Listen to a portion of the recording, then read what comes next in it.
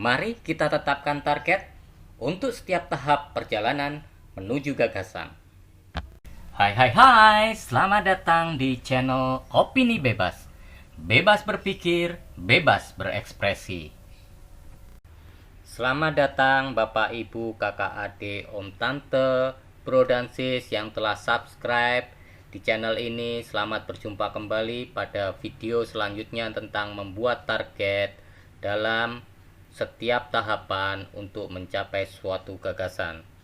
Bagi Anda yang baru pertama kali melihat video ini, silahkan disimak, dan bila ada manfaatnya silahkan klik subscribe, klik like, share, dan berikan komen, serta tak lupa nyalakan lonceng untuk dukung channel ini supaya lebih berkembang. Sebelum kita masuk pada topik untuk membuat target, menetapkan target untuk setiap tahapan menuju gagasan, ada baiknya kita review kembali apa itu kepemimpinan diri sendiri. Bagi Anda yang baru melihat, bisa klik di playlist pada channel Opini Bebas ini, atau Anda bisa lihat deskripsi di bawah. Di situ telah saya tuliskan tahapan-tahapan atau video-video yang membahas dari awal mengenai kepemimpinan diri sendiri. Pada video awal kita sudah bicara bagaimana gambaran umum kepemimpinan diri sendiri. Video selanjutnya kita bicara bagaimana membuat gagasan di antara harapan dan kecemasan, dilihat dengan cermin kesadaran diri sehingga kita mampu membuat gagasan.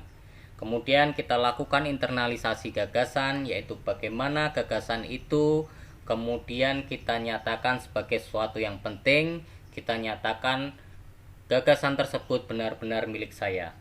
Setelah gagasan itu menjadi penting, pada video selanjutnya kita bahas bagaimana membangun keterdesakan. Kenapa perlu dibangun keterdesakan? Karena tanpa keterdesakan, sesuatu yang penting itu tidak akan segera dilaksanakan. Penjelasannya ada di video yang kedua tentang internalisasi gagasan dan membuat keterdesakan dalam pencapaian gagasan. Selanjutnya kita masuk pada evaluasi. Apakah gagasan dan alasan yang penting dan mendesak itu benar-benar baik sehingga menghasilkan sesuatu yang baik. Lalu kita lihat kondisi kita dengan objektif. Kita melihat apa saja yang menjadi modal dan keterbatasan. Lalu kita melihat apakah memang modal kita cukup besar dan sementara keterbatasan kita cukup kecil, ataupun sebaliknya, sehingga kita kemudian perlu melakukan langkah-langkah yang bisa menjadi pilihan mengatasi keterbatasan-keterbatasan yang ada. Lalu pada video yang selanjutnya lagi kita bicara tentang bagaimana kita membangun jalur, memilih rute, jalur perjalanan menuju gagasan. Bagaimana kita memilih rute yang tercepat versi kita, dan juga bagaimana kita memilih jalur atau rute yang rasional untuk kita lalui sesuai dengan modal dan keterbatasan kita. Lalu saatnya kita masuk pada video kali ini, fokus pada video kali ini, yaitu bagaimana kita menetapkan target. Kenapa kita masih harus menetapkan target sementara kita telah membuat tahapan-tahapan jalur perjalanan menuju gagasan? Namun sebelum lanjut, bagi Anda yang belum subscribe, like, share, dan komen di channel ini, silahkan klik dulu subscribe, like, share, dan berikan komen nanti di akhir setelah video ini selesai. Terima kasih. Kembali kepada pertanyaan di awal. Kenapa kita perlu membuat target? Target perlu kita buat supaya kita tahu apa yang akan kita rencanakan. Bila tidak ada target, maka tidak ada rencana.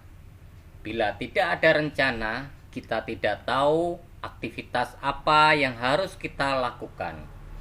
Yang kedua adalah target perlu kita buat sebagai bahan evaluasi. Artinya, bila tidak ada target, maka tidak ada yang bisa dievaluasi. Dan bila tidak ada yang dievaluasi, maka kita tidak belajar apapun dari aktivitas yang kita lakukan. Jadi apa sih yang dimaksud dengan membuat target itu? Membuat target seperti kita membawa kaca pembesar untuk melihat tahapan-tahapan menuju gagasan. Kaca pembesar itu menjadikan kita mampu melihat dengan detail segala sesuatu yang terkait dengan tahapan yang ingin kita capai. Langkah membuat target yaitu yang pertama adalah mendapatkan gambar dengan detail mengenai spesifikasi, indikator, atau kondisi yang benar nyata, yang real, yang bisa digambarkan secara lengkap dan utuh. Hal ini membantu kita untuk membuat rencana terkait kegiatan-kegiatan atau aktivitas yang perlu dilakukan supaya target tersebut dapat tercapai. Tahapan yang kedua adalah kita menemukan ukuran-ukuran dan cara mengukurnya dari indikator-indikator atau spesifikasi-spesifikasi yang sudah kita temukan pada tahap pertama. Hal ini membantu kita untuk melakukan monitoring dan evaluasi terhadap apa-apa yang sudah kita lakukan sesuai apa yang telah kita rencanakan.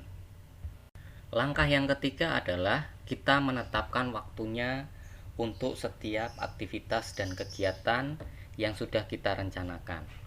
Hal ini berfungsi untuk membantu kita melakukan monitoring serta evaluasi terhadap apa-apa yang sudah kita lakukan, apa-apa yang sudah kita kerjakan selama